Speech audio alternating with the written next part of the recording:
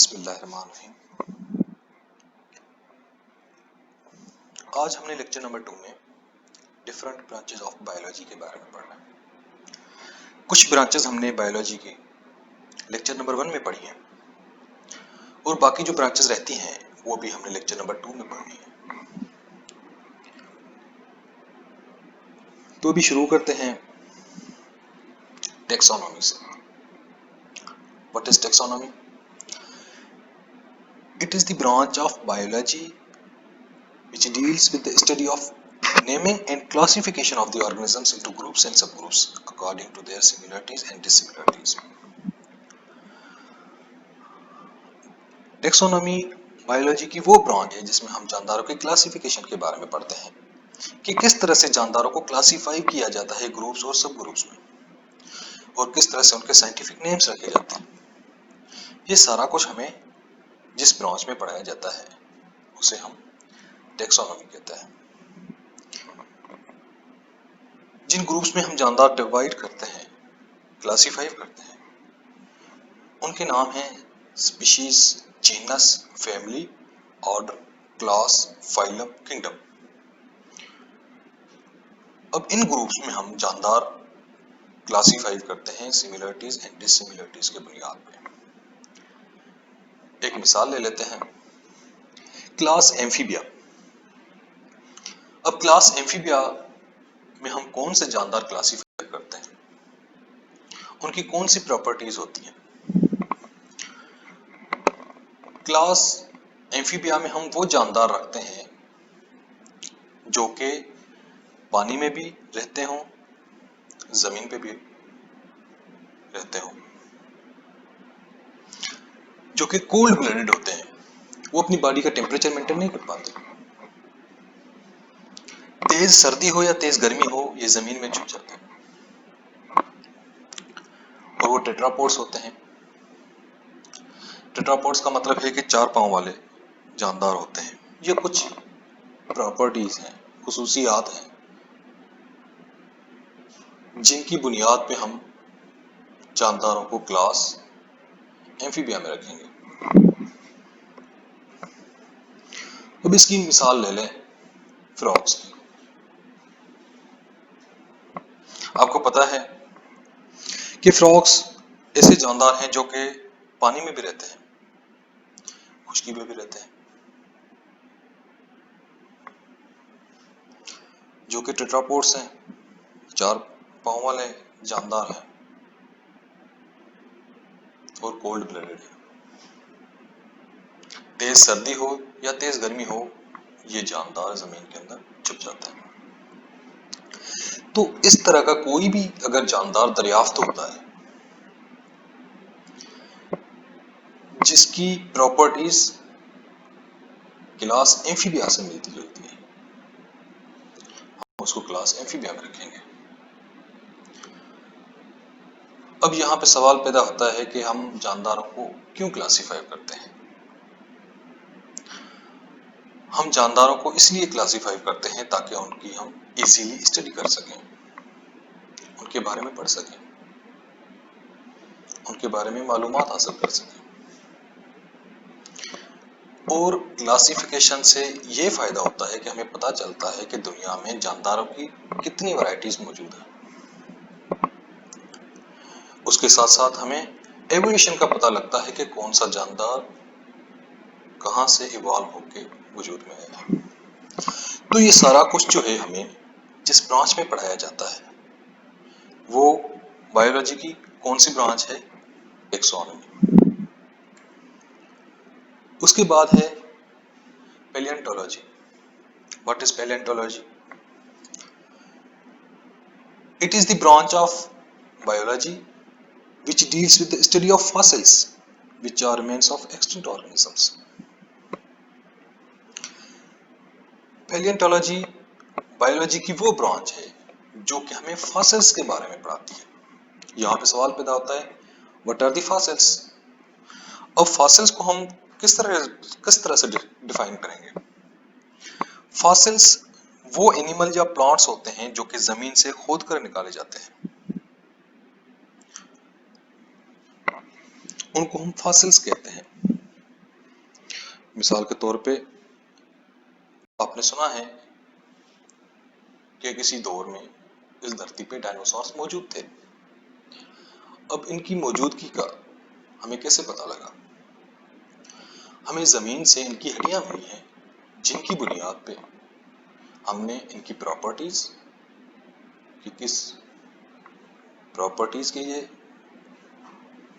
जानदार थे, इनकी प्रॉपर्टीज क्या है, करेक्टरिस्टिक्स क्या है, क्यों ये एक्सटिंक्ट हो गए, क्यों खत्म हो गए दुनिया से। तो ये सारी जो चीजें हैं फॉसिल्स के बारे में बायोलॉजी के कौन सी ब्रांच में पढ़ाई जाती हैं? पैलियोंटोलॉजी में। उसके बाद जो ब्रांच है वो है environmental biology. What is environmental biology? It is the branch of biology which deals with the study of interactions between the organisms and their environment। ये बायोलॉजी की वो ब्रांच है जो कि हमें जानदार और उनके माहौल का आपस में ताल्लुक क्या है इसके बारे में बताती है। For example, the effect of pollution on the human health or the human activities which increase the pollution on the planet। कि जो माहौल में पॉल्यूशन है तो उसका ह्यूमन की हेल्थ पे क्या इफेक्ट है, और ह्यूमंस की ऐसी कौन सी एक्टिविटीज हैं जो कि इस पोल्यूशन को इंक्रीज कर रही हैं। ये जो सारा ताल्लुक है माहौल का और ऑर्गेनिजम्स का आपस में, ये हमें बायोलॉजी की कौन सी ब्रांच में पढ़ाया जाता है? एनवायरमेंटल बायोलॉजी में।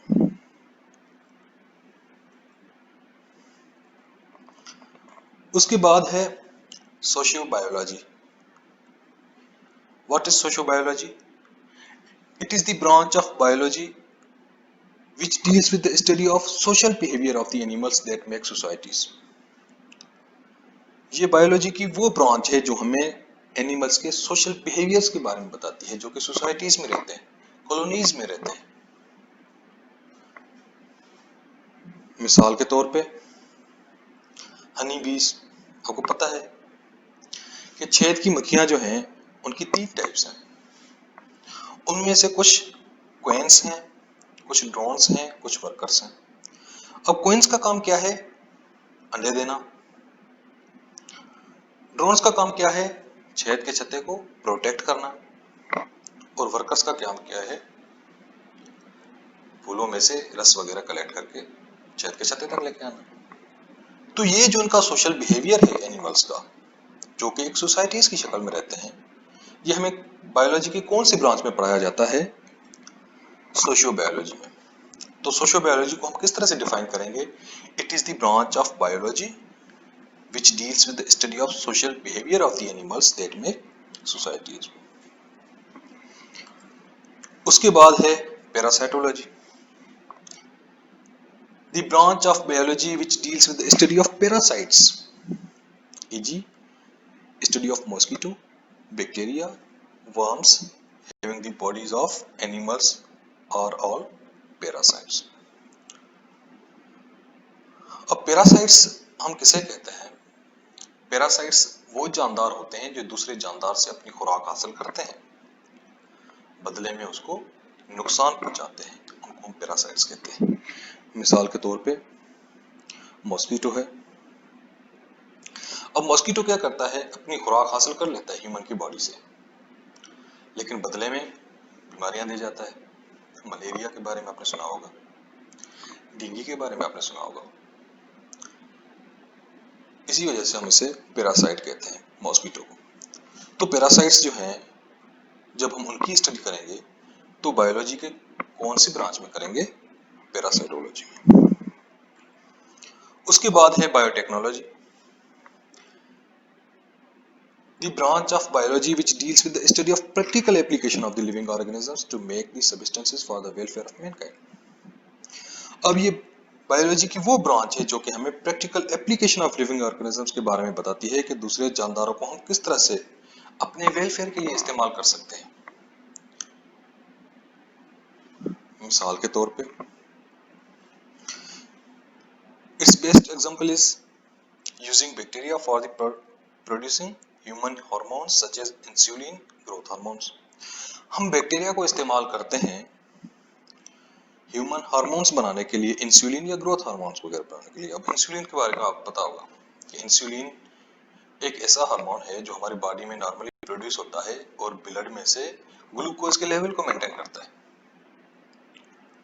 अब जिन ह्यूमंस में ये इंसुलिन प्रोड्यूस नहीं होता उनको हम डायबिटिक पेशेंट्स कहते हैं। तो ये जो इंसुलिन है, ये इंसुलिन आजकल मार्केट्स में अवेलेबल है। तो ये किस तरह से बनाया जाता है hormone? With the help of bacteria. तो ये सारा कुछ जो है बायोलॉजी की कौन सी ब्रांच में पढ़ाया जाता है? बायोटेक्नोलॉजी।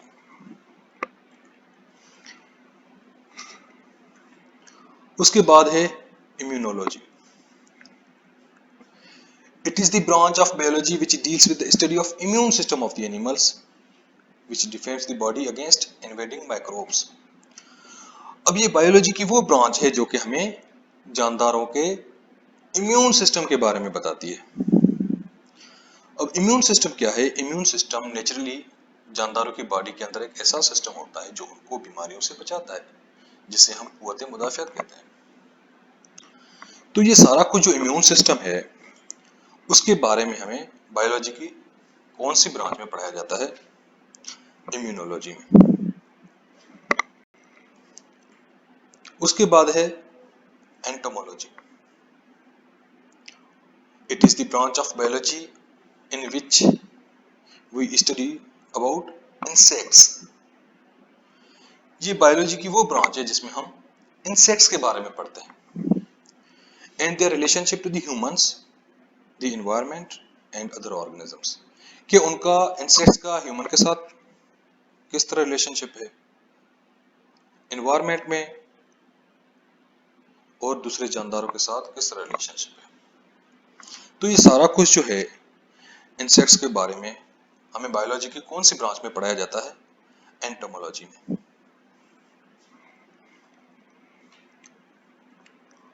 उसके बाद है फार्माकोलॉजी।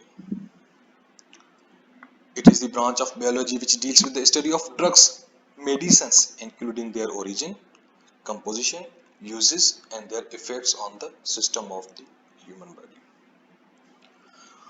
अब ये बायोलॉजी की वो ब्रांच है जिसमें हमें ड्रग्स के बारे में पढ़ाया जाता है कि वो ड्रग्स कहाँ से हासिल की जाती हैं, उनकी कंपोजिशन क्या है, उनके यूजेस क्या हैं और वो किस तरह से ह्यूमन की बॉडी के ऊपर इफेक्ट करती हैं। तो ये सारा कुछ जो है हमें बायोलॉजी की जिस ब्रांच में पढ़ाया जाता है उसे हम क्या कहते हैं?